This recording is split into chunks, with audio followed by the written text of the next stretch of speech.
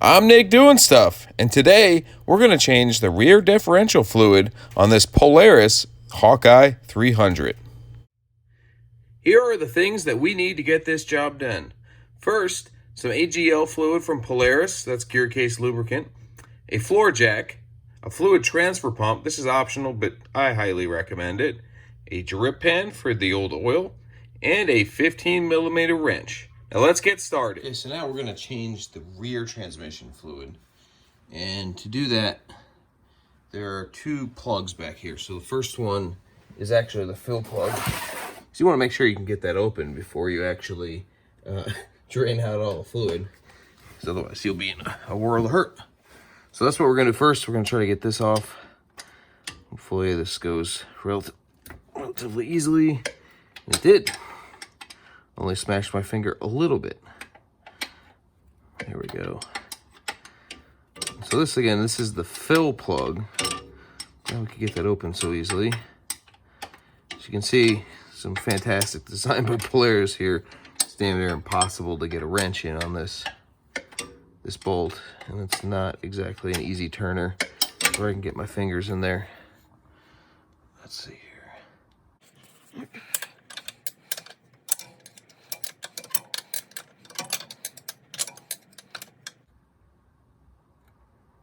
Man, it's a tight one.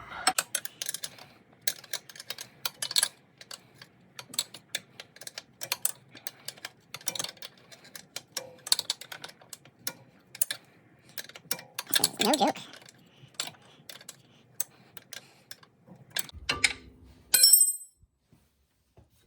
at that. Just wants to come out. So these have magnetic tips. You can see there's just a little bit of gunk on this side. I have a feeling the other side's going to be much, much worse. Let me get this cleaned up. So the drain plug is positioned very, conveniently right here on the side. So hopefully that when I'm able to get this loose,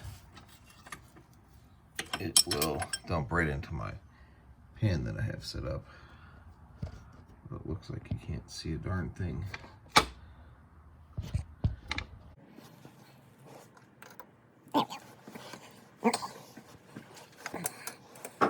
So we will continue to unscrew this.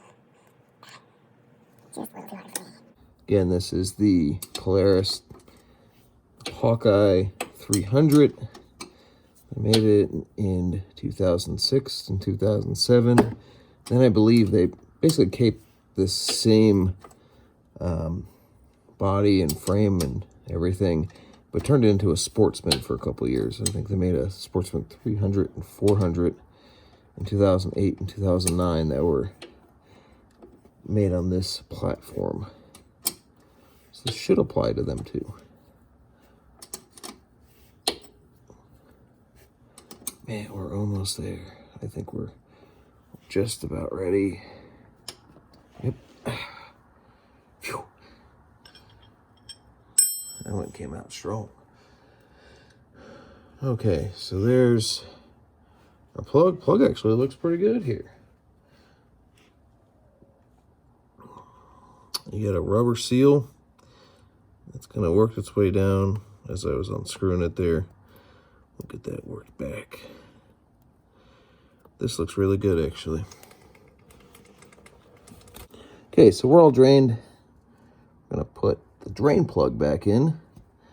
Also, you might be able to see I jacked it up on one side just to kind of speed up the process of draining a little bit. Tilted the transmission towards the drain plug, and that kind of helped make sure we get everything out of there. Now I'm probably going to jack up the other side as much as I can, just to give me a little bit of advantage of pouring into this hole on the side, which is just ridiculous to have to put oil into. Again, this is like a 14 pound per square inch. Tightening. We just get it tight. Okay, so I'm gonna switch some things around here and we'll turn the video back on. So we jacked it up a little bit. It's definitely still precarious. I don't think that's gonna work. How the hell do you get oil in this thing? I think we're going to try to pump it in.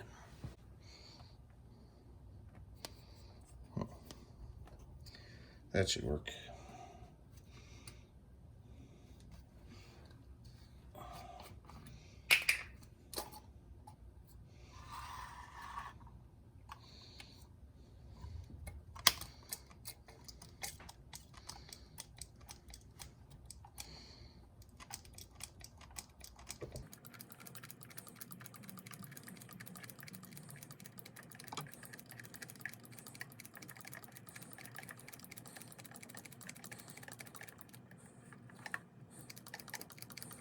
Pump.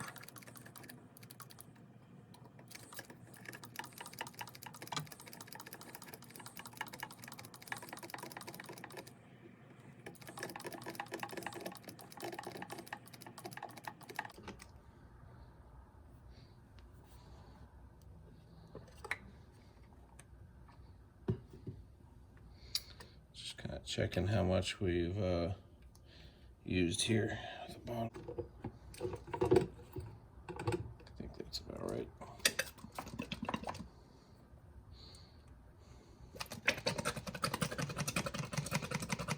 Gonna try that out. Just need to put the drain plug in and we're finished. And then I gotta clean up a little bit. The fill plug, not the drain plug.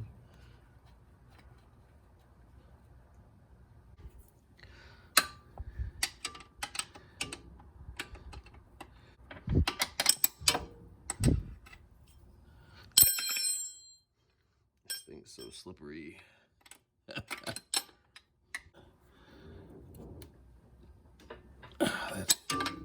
Okay, all done.